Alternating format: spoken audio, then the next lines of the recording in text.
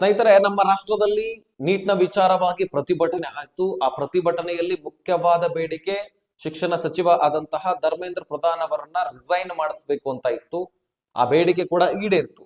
ಈಗ ನಮ್ಮ ರಾಜ್ಯದಲ್ಲಿ ಕೆಪಿಎಸ್ಸಿ ವಿಚಾರವಾಗಿ ಪ್ರತಿಭಟನೆ ಆಗ್ತಾ ಇದೆ. ಇದರ ಬಗ್ಗೆ ನಾವು ಗಮನ ಹರಿಸಲೇಬೇಕು ಸ್ನೇಹಿತರೆ. ಯಾಕಂದ್ರೆ ಈ ಕೆಪಿಎಸ್ಸಿ ಸಂಸ್ಥೆಯ ವಿರುದ್ಧವಾಗಿ ಕೂಗುಗಳು ಈಗ ಮಾತ್ರ ಕೇಳಿಸ್ತಾ ಇಲ್ಲ. ಮೊದಲು ಹಿಂದೆ ಬೇರೆ ಬೇರೆ ಪಕ್ಷಗಳು ಇದ್ದಾಗ್ಲೂ ಕೂಡ ಈ ರೀತಿ ಘಟನೆಗಳು ಕೂಡ ಆಗಿದ್ವು. ಈ ಸಂಸ್ಥೆ ಲಂಚ ಬಾಗತನ, ಭ್ರಷ್ಟಾಚಾರ, ಪಾರದರ್ಶಕತೆ ಇಲ್ಲದಿರುವುದು, ಅದಷ್ಟೇ ಅಲ್ಲದೆ ಒಟ್ಟಾರೆಯಾಗಿ ಎಷ್ಟೋ ವಿದ್ಯಾರ್ಥಿಗಳ ಜೀವನವನ್ನ ಹಾಳು ಮಾಡಿದೆ ಎನ್ನುವಂತಹ ಕೂಗುಗಳು ಇನ್ನೂವರೆಗೂ ಕೂಡ ಕೇಳಿಸಿ ಬರ್ತಾ ಇದೆ. ಸೊ ಒಟ್ಟಾರೆಯಾಗಿ ಯಾವುದೇ ಪಕ್ಷ ಇದ್ರೂ ಸಹಿತ ಈ ಕೆಪಿಎಸ್ಸಿ ವಿಚಾರವಾಗಿ ಈ ರೀತಿ ಭ್ರಷ್ಟಾಚಾರ, ಲಂಚ ಇದೆಲ್ಲವೂ ಕೂಡ ಇದ್ದಾಗ ಯಾವ ಸರ್ಕಾರವೂ ಕೂಡ ಹೆಚ್ಚಾಗಿ ಪ್ರಶ್ನೆಗಳನ್ನ ಮಾಡಿಲ್ಲ. ಸೊ ಅದಕ್ಕೋಸ್ಕರ ಈ ವಿಡಿಯೋದಲ್ಲಿ ಇದರ ಬಗ್ಗೆ ನಾವು ಒಂದಿಷ್ಟು ಚರ್ಚೆಗಳನ್ನ ಮಾಡೋಣ. ಸದ್ಯಕ್ಕೆ ಯಾವ ರೀತಿಯಾಗಿ ಈ ಭ್ರಷ್ಟಾಚಾರ ನಡೀತಾ ಇದೆ, ಯಾವ ರೀತಿಯಾಗಿ ಲಂಚ ಕೇಳ್ತಾ ಇದ್ದಾರೆ, ಒಟ್ಟಾರೆಯಾಗಿ ಈ ಘಟನೆಯ ಸಂಪೂರ್ಣ ಹಿನ್ನೆಲೆಯನ್ನ ನಾವು ಗಮನಿಸ್ತಾ ಹೋಗೋಣ. ಸೊ ಸಾಧ್ಯವಾದ್ರೆ ವಿಡಿಯೋನ ಆದಷ್ಟು ಕೊನೆವರೆಗೂ ವಾಚ್ ಮಾಡ್ಲಿಕ್ಕೆ ಪ್ರಯತ್ನ ಮಾಡಿ. ಚಾನಲ್ಗೆ ಸಬ್ಸ್ಕ್ರೈಬ್ ಮಾಡಿಲ್ಲ ಅಂದ್ರೆ ಬೇಗನೆ ಸಬ್ಸ್ಕ್ರೈಬ್ ಮಾಡ್ಕೊಳ್ಳಿ. ಸ್ನೇಹಿತರೆ, ಈ ಕೆಪಿಎಸ್ಸಿಯಲ್ಲಿ ನಿರಂತರವಾಗಿ ಈ ರೀತಿ ಭ್ರಷ್ಟಾಚಾರ ನಡೀತಾ ಇದೆ, ಲಂಚತನ ನಡೀತಾ ಇದೆ. ಆದ್ರೆ ಇದ್ರ ಬಗ್ಗೆ ಯಾರು ಕೂಡ ಇಂಟ್ರೆಸ್ಟ್ ತೋರಿಸ್ತಾ ಇಲ್ಲ, ಇದ್ರ ಬಗ್ಗೆ ಪ್ರಶ್ನೆಗಳನ್ನ ಮಾಡ್ತಾ ಇಲ್ಲ. ಸೊ ಮೊನ್ನೆ ತಾನೇ ನೀಟ್ನ ವಿಚಾರವಾಗಿ ಪ್ರತಿಭಟನೆ ಮಾಡ್ಲಿಕ್ಕೆ ಡಿ.ಕೆ. ಶಿವಕುಮಾರ್ ಅವರು ದೆಹಲಿಗೆ ಹೋಗಿದ್ರು.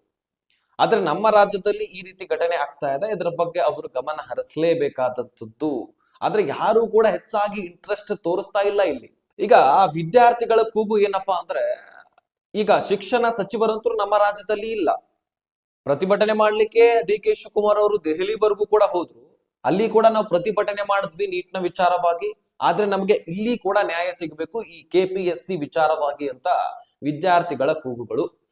ಸೊ ಯಾರು ಇದರ ಜವಾಬ್ದಾರಿಯನ್ನ ತೆಗೆದುಕೊಳ್ತಾರೆ? ಈಗ ಶಿಕ್ಷಣ ಸಚಿವ ಇಲ್ಲ ಅಂದ ಬಳಿಕ ಇದರ ಜವಾಬ್ದಾರಿಯನ್ನ ಡಿ.ಕೆ. ಶಿವಕುಮಾರ್ ಅವರೇ ತೆಗೆದುಕೊಳ್ಬೇಕು, ರಾಜ್ಯದ ಮುಖ್ಯಮಂತ್ರಿಗಳೇ ಇದನ್ನ ತೆಗೆದುಕೊಳ್ಬೇಕು ಅನ್ನುವಂತಹ ಬೇಡಿಕೆ ವಿದ್ಯಾರ್ಥಿಗಳದ್ದಾಗ್ತಾ ಇದೆ. ಯಾವಾಗ ಕರ್ನಾಟಕ ರಾಜ್ಯದಲ್ಲಿ ಶಿಕ್ಷಣ ಮಂತ್ರಿಗಳೇ ಇಲ್ಲ, ಹಾಗಾದ್ರೆ ಯಾರು ರಾಜೀನಾಮೆ ಕೊಡ್ಬೇಕು?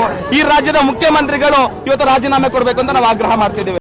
ಸ್ನೇಹಿತರೆ, ಇಲ್ಲಿ ಬರೀ ಒಬ್ಬ ವಿದ್ಯಾರ್ಥಿ ಅಥವಾ ಇಬ್ಬರಿಬ್ಬ ವಿದ್ಯಾರ್ಥಿಗಳದ್ದು ಮಾತಲ್ಲ ಇದು.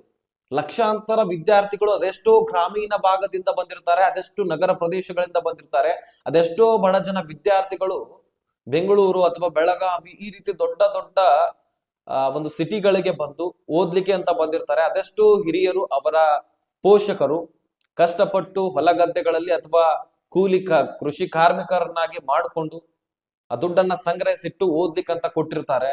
ಆದ್ರೆ ಇಲ್ಲಿ ಆಗೋದು ಹಗರಣ, ಈ ರೀತಿ ಲಂಚ ಬಾಗತನ, ಈ ರೀತಿ ಭ್ರಷ್ಟಾಚಾರ. ಸೊ ಇಂತಹ ಒಂದು ಸನ್ನಿವೇಶದಲ್ಲಿ ಬರೀ ವಿದ್ಯಾರ್ಥಿಗಳು ತಮ್ಮದೇ ಆದಂತಹ ಕನಸನ್ನ ಹೊತ್ಕೊಂಡು ಬಂದಿರ್ತಾರೆ. ಆದ್ರೆ ಈ ಕನಸು ಇಡೀ ಕುಟುಂಬದಾಗಿರುತ್ತೆ.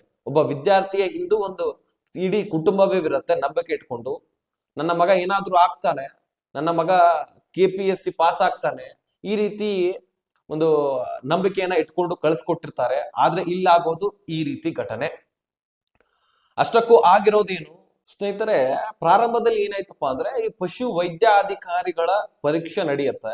ಇದು ಈ ವರ್ಷದ ಜನವರಿ ತಿಂಗಳಲ್ಲಿ, ಪ್ರಾರಂಭದ ತಿಂಗಳಲ್ಲಿ ನಡೆಯುತ್ತೆ ಲಿಖಿತ ಪರೀಕ್ಷೆ. ಅದಾದ ಬಳಿಕ ಒಂದು ಪಟ್ಟಿ ರಿಲೀಸ್ ಆಗತ್ತೆ. ಮೊನ್ನೆ ತಾನೇ ಮತ್ತೆ ಅಂತಿಮ ಪಟ್ಟಿ ಕೂಡ ಬಿಡುಗಡೆ ಆಗತ್ತೆ. ಮೊದಲಿಗೆ ಅರ್ಹತಾ ಅಭ್ಯರ್ಥಿಗಳ ಪಟ್ಟಿ, ಅದಾದ ಬಳಿಕ ಅಂತಿಮ ಪಟ್ಟಿ. ಈ ಅಂತಿಮ ಪಟ್ಟಿ ಬಿಡುಗಡೆ ಆದ ತಕ್ಷಣ ಎಲ್ಲ ವಿದ್ಯಾರ್ಥಿಗಳಿಗೆ ಡೌಟ್ ಬರ್ಲಿಕ್ಕೆ ಪ್ರಾರಂಭಿಸುತ್ತೆ. ಅದೇನಂದ್ರೆ, ಈ ಪಶು ವೈದ್ಯಕೀಯ ಪದವಿಯಲ್ಲಿ ಅತಿ ಕಡಿಮೆ ತೆಗೆದುಕೊಂಡಿರ್ತಕ್ಕಂತಹ ಅಂಕಗಳಿರ್ತಾವಲ್ಲ, ಅಂತಹ ವಿದ್ಯಾರ್ಥಿಗಳು ಈ ಅಂತಿಮ ಪಟ್ಟಿಯಲ್ಲಿ ಮೊದಲನೆಯ ಸ್ಥಾನವನ್ನ ಹೊಂದಿರ್ತಾರೆ. ಅದೆಷ್ಟೋ ಬಾರಿ ಪದವಿಯನ್ನೇ ಫೇಲ್ ಆಗಿ ನೆಕ್ಸ್ಟ್ 2ನೇ 3ನೇ ಬಾರಿ ಪಾಸ್ ಆದಂತಹ ವಿದ್ಯಾರ್ಥಿಗಳು ಈ ಅಂತಿಮ ಪಟ್ಟಿಯಲ್ಲಿ ಮೊದಲನೇ ಸ್ಥಾನದಲ್ಲಿ ಇರ್ತಾರೆ. ಸೊ ಈ ಒಂದು ಕಾರಣ ಎಲ್ಲರಿಗೂ ಕೂಡ ಡೌಟ್ ಬರ್ಲಿಕ್ಕೆ ಪ್ರಾರಂಭಿಸುತ್ತೆ. ಸಾಮಾನ್ಯವಾಗಿ ಏನಾಗತ್ತೆ, ಈ ಪಟ್ಟಿ ಬಿಡುಗಡೆ ಆದ ತಕ್ಷಣ ಹೆಸರು ಮತ್ತು ರಿಜಿಸ್ಟ್ರೇಷನ್ ನಂಬರ್ ಮಾತ್ರ ಇರುತ್ತೆ.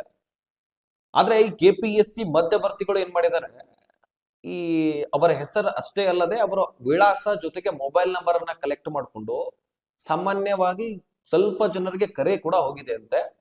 ಕಾಲ್ ಮಾಡಿ, ಈಗ ನೀವು ಒಂದ್ ಸ್ವಲ್ಪ ಅಂಕ ಹಿಂದೆಗಡೆ ಇದ್ದೀರಿ, ಇನ್ನೇನು ಒಂದ್ ಸ್ವಲ್ಪ ಅಂಕಗಳು ಬಿದ್ರೆ ನೀವು ಖಂಡಿತವಾಗ್ಲೂ ಪಾಸ್ ಆಗ್ತೀರಿ, ಟಾಪ್ ನಲ್ಲಿ ಬರ್ತೀರಿ ಅಂತ ಹೇಳಿದ್ದಾರೆ. ಸೊ ಈ ರೀತಿ ಹೇಳಿ ಇನ್ ಸ್ವಲ್ಪ ಅಂಕಗಳು ಬೇಕಂದ್ರೆ ನಿಮಗೆ 40 ಲಕ್ಷ ರೂಪಾಯಿ ಕೊಡ್ಬೇಕಾಗತ್ತೆ. ಅದಾದ ಬಳಿಕ ನೀವು ಡಾಕ್ಯುಮೆಂಟ್ಸ್ ವೆರಿಫಿಕೇಶನ್ ಅಂತ ಕೊಡ್ತಿರಲ್ವಾ, ಅಲ್ಲಿ 40 ಲಕ್ಷ ರೂಪಾಯಿ ನೀವು ಕೊಡಬೇಕು. ಕಂಪ್ಲೀಟ್ ಆಗಿ ಟೋಟಲ್ 80 ಲಕ್ಷ ರೂಪಾಯಿವನ್ನ ನೀವು ಕೊಡಬೇಕು. ನೀವು ಈ KPSC ಪರೀಕ್ಷೆಯಲ್ಲಿ ಪಾಸ್ ಆಗ್ತೀರಿ, ಫಸ್ಟ್ ರ್ಯಾಂಕ್ ನಲ್ಲಿ ಬರ್ತೀರಿ, ಸೆಕೆಂಡ್ ರ್ಯಾಂಕ್ ನಲ್ಲಿ ಬರ್ತೀರಿ, ಒಟ್ಟಾರೆಯಾಗಿ ನಿಮಗೆ ಈ ಹುದ್ದೆ ಸಿಗತ್ತೆ ಅನ್ನುವಂತಹ ರೀತಿಯಲ್ಲಿ ಆಡಿಯೋಗಳು ಕೂಡ ವೈರಲ್ ಆಗಿದ್ವು, ನೀವು ಗಮನಿಸಿರಬಹುದು. ನಿನ್ನೆ ಹುಡುಗ ಬಂದ್ ಭೇಟಿಗಿದ್ದ, ಹಾ ಸರ್. ಹೇಳಿದಾನೆ ಎಲ್ಲ ಕರೆಕ್ಟ್ ಆಗಿ. ಹಾ ಸರ್, ಹೇಳಿದೆ ಸರ್. ನಾನು ಬರ್ಬೇಕು ಅನ್ಕೊಂಡ್ರೆ ಆಗಿದೆ ಸರ್. ಸರ್ ಸರಿ ಇದೆನಾ, ಮಾಡೋಣ? ಹಾ ಮಾಡಿ ಸರ್. ಅದು ನನ್ನ ಮಗ ಮದುವೆ ಮಾಡ್ಬೇಕಿತ್ತು. ಮೊದಲ್ ಮಾಡಿದ್ರೆ ಬಾಳ್ ಚೀಪ್ ಅಲ್ಲಿ ಆಗ್ತಿತ್ತು. ಹಾ ಸರ್. ಸ್ವಲ್ಪ ಕಾಸ್ಟ್ಲಿ ಆಗ್ತಾ ಇದೆ ಸರ್. ಏನಾರೇ ನೋಡೋಣ. ಸ್ನೇಹಿತರೆ, ಇಲ್ಲಿ ಇರೋದೇ 400 ಹುದ್ದೆಗಳು. ಅದರಲ್ಲಿ ಈಗ 21 ಜನ ಅಕ್ರಮವಾಗಿ ಹುದ್ದೆಗಳನ್ನ ಈ ಪರೀಕ್ಷೆಗಳನ್ನ ಬರೆದು ಪಾಸ್ ಆಗಿದ್ದಾರೆ ಅಂತ ಇಲ್ಲಿ ವಿದ್ಯಾರ್ಥಿಗಳ ಆರೋಪ ಇದೆ. ಅದು ಯಾವ ರೀತಿ ಅಂದ್ರೆ, ಈಗ ಎಕ್ಸಾಮ್ ಬರೆಯುವಾಗ ಕೆಲವೊಂದಿಷ್ಟು ಉತ್ತರಗಳನ್ನ ಟಿಕ್ ಮಾಡೋದು, ಉಳಿದಿರ್ತಕ್ಕಂತಹ ಉತ್ತರಗಳನ್ನ ಅಲ್ಲಿರ್ತಾರಲ್ವಾ ದುಡ್ಡು ತೆಗೆದುಕೊಂಡವರು, ಅವರೇ ಎಲ್ಲರನ್ನು ಕೂಡ ಬರೆದಾಕ್ಬಿಡ್ತಾರೆ. ಇನ್ ಕೆಲವೊಂದಿಷ್ಟು ಜನರ ವಿದ್ಯಾರ್ಥಿಗಳ ಆರೋಪ ಅಂದ್ರೆ, ಈಗ ಇನ್ನ ಎಕ್ಸಾಮ್ ಇರತ್ತಲ್ವಾ, ಅದಕ್ಕಿಂತ ಮುಂಚಿತವಾಗಿ ಹೊರ ರಾಜ್ಯಕ್ಕೆ ಅವರನ್ನ ಕರೆದುಕೊಂಡು ಹೋಗಿ ಅಲ್ಲಿ ಆ ಪ್ರಶ್ನೆಗಳ ಬಗ್ಗೆ ಮಾಹಿತಿ ಕೊಟ್ಟು ಅದರ ಉತ್ತರಗಳನ್ನು ಕೂಡ ಹೇಳಿ, ಅದಾದ ಬಳಿಕ ಇವುಗಳನ್ನ ಬಂದ ಕೂಡಲೇ ಎಕ್ಸಾಮ್ ನಲ್ಲಿ ಡೈರೆಕ್ಟ್ ಆಗಿ ಎಲ್ಲ ಕ್ವಶನ್ಸ್ ಗೊತ್ತಿರತ್ತೆ, ಇನ್ನು ಉತ್ತರಗಳನ್ನ ಬರೆದಾಕಿದ್ರೆ ಮುಗಿದೋಯ್ತು. ಈ ರೀತಿನೂ ಕೂಡ ಅಕ್ರಮವಾಗಿ ಆಗಿದೆ ಅಂತೆ. ಒಟ್ಟಾರೆಯಾಗಿ 21 ಜನರ ಮೇಲೆ ಅನುಮಾನ ಬಂದಿದೆ ಅಂತೆ. ಸೊ 21 ಜನ ಅಕ್ರಮವಾಗಿ ಈ ಹುದ್ದೆಗಳಿಗೆ ಕೈ ಹಾಕಿದ್ದಾರೆ ಅನ್ನುವಂತಹ ಅನುಮಾನ ಎಲ್ಲ ವಿದ್ಯಾರ್ಥಿಗಳದ್ದಾಗಿದೆ. ಸದ್ಯಕ್ಕೆ ಈ KPSCಯ ಕಾರ್ಯದರ್ಶಿ ತಾತ್ಕಾಲಿಕವಾಗಿ ಅಂತಿಮ ಪಟ್ಟಿಯನ್ನ ಬಿಡುಗಡೆ ಮಾಡಿಲ್ಲ, ತಡೆ ಹಿಡಿದಿದ್ದಾರೆ. ಜೊತೆಗೆ ಇದಕ್ಕೆ ಸಂಬಂಧಪಟ್ಟಂತೆ ಆಕ್ರೋಶಗಳು ವ್ಯಕ್ತಪಡಿಸ್ತಾ ಇದ್ದು, ವಿಧಾನಸೌಧದ ಪೊಲೀಸ್ ಠಾಣೆಯಲ್ಲಿ ಈಗ ಈ ಒಂದು ಪ್ರಕರಣ ದಾಖಲಾಗಿದೆ, FIR ಕೂಡ ಆಗಿದೆ. ಈ KPSCಯ ಅಧ್ಯಕ್ಷರಾದಂತಹ ಶಿವಶಂಕರಪ್ಪ ಸಾವುಕಾರರ ಮೇಲೆ ಜೊತೆಗೆ ಅವರ ಜೊತೆಗೆ ಇನ್ನಷ್ಟು ಸ್ವಲ್ಪ ಜನರ ಮೇಲೆ ಈಗ FIR ಆಗಿದೆ ಅಂತೆ, ಅವರ ಹೆಸರು ಕೂಡ ಅಲ್ಲಿ ಇದೆ ಅಂತೆ. ಸೊ ಹಾಗಾದ್ರೆ ಇಲ್ಲಿ 21 ಜನ ಅಕ್ರಮವಾಗಿ ಇದರಲ್ಲಿ ಎಂಟ್ರಿ ಕೊಟ್ಟಿದ್ದಾರೆ ಎನ್ನುವಂತಹ ಒಂದು ಹೇಳಿಕೆ ವಿದ್ಯಾರ್ಥಿಗಳ ಆಗಿದೆ. ಸೊ ಈಗ ಸದ್ಯಕ್ಕೆ ತನಿಖೆಯಲ್ಲಿ 4 ಜನರದ ಒಂದು ಟೀಮ್ ಕೂಡ ರೆಡಿ ಆಗಿದೆ ಅಂತ ಈ ಒಂದು ತನಿಖೆ ಮಾಡ್ಲಿಕ್ಕೆ. ಸೊ ಈ ಸಮಿತಿಯಲ್ಲಿ ಎಷ್ಟು ಜನ ಇದ್ದಾರೆ, ಈಗ 4 ಜನ ಇದ್ದಾರೆ, ಅದರಲ್ಲಿ ಯಾರ ಹೆಸರಂತ ಇನ್ನು ಕೂಡ ಸಿಕ್ಕಿಲ್ಲ. ಆದಷ್ಟು ಈಗ ಈ ಅಧ್ಯಕ್ಷರಾದಂತಹ ಶಿವಶಂಕರಪ್ಪರವರನ್ನ ತನಿಖೆ ಮಾಡಲಾಗಬಹುದಾದಂತಹ ಸಾಧ್ಯತೆ ಇದೆ. ಆದ್ರೆ ಈಗ ಪ್ರತಿಭಟನೆ ಬಹಳ ತೀವ್ರ ಸ್ವರೂಪವನ್ನ ಪಡ್ಕೊಳ್ತಾ ಇದೆ ಅಂತೆ. ಮತ್ತು ಇಲ್ಲಿ ವಿದ್ಯಾರ್ಥಿಗಳ ಆರೋಪ ಮುಖ್ಯವಾಗಿ ಏನಪ್ಪಾ ಅಂದ್ರೆ, ಈಗ ಕಾರ್ಯದರ್ಶಿಗಳಾಗಿರ್ಲಿ, ಈ KPSCಯಲ್ಲಿ ಅಧ್ಯಕ್ಷರಾಗಿರ್ಲಿ ಅಥವಾ ಇನ್ನಿತರ ಮೂಲ ಹುದ್ದೆಗಳಲ್ಲಿ ಇರ್ತಾರಲ್ವಾ, ಅವ್ರೇನ್ ಮಾಡ್ತಾರೆ, ಈಗ ಮಧ್ಯವರ್ತಿಗಳಂದ್ರೆ ಅವರೇ ಗಾಳ ಹಾಕೋದಿಲ್ಲ, ಕೆಲವೊಂದಷ್ಟು ಜನರನ್ನ ನೇಮಕ ಮಾಡ್ಕೊಳ್ತಾರೆ ತಮಗೆ ಬೇಕಾದಂತವರನ್ನ. ಆ ವಿಷಯ ವೈರಲ್ ಆಗಬಾರ್ದು ಅಂತವರ ನಂಬಿಕಸ್ಥರನ್ನ ನೇಮಕ ಮಾಡ್ಕೊಳ್ತಾರೆ. ಅವ್ರು ಏನ್ ಮಾಡ್ತಾರೆ, ಇಂತಿಂತವರಿದ್ದಾರೆ, ಇವರ ಮೇಲೆ ಗಾಳ ಹಾಕಿ ಯಾರು ಬಲೆಗೆ ಬೀಳ್ತಾರೆ, ಸುಮಾರು 70 ರಿಂದ 80 ಲಕ್ಷ ರೂಪಾಯಿ ಡಿಮಾಂಡ್ ಇಡಿ, ಎಷ್ಟು ಬರುತ್ತೆ ಅನ್ನುವಂತಹ ರೀತಿಯಲ್ಲಿ ಈ ಒಂದು ಬೇಡಿಕೆಗಳನ್ನ ಇಡ್ತಾರೆ. ಸೊ ಈ ರೀತಿ ಅಕ್ರಮವಾಗಿ ಈ ಹುದ್ದೆಗಳನ್ನ ಮಾರಾಟ ಮಾಡ್ಕೊಳ್ತಾ ಇದ್ದಾರೆ, ಲಂಚವನ್ನ ಪಡ್ಕೊಳ್ತಾ ಇದ್ದಾರೆ ಎನ್ನುವಂತಹ ಒಂದು ಹೇಳಿಕೆ ವಿದ್ಯಾರ್ಥಿಗಳದ್ದಾಗಿದೆ.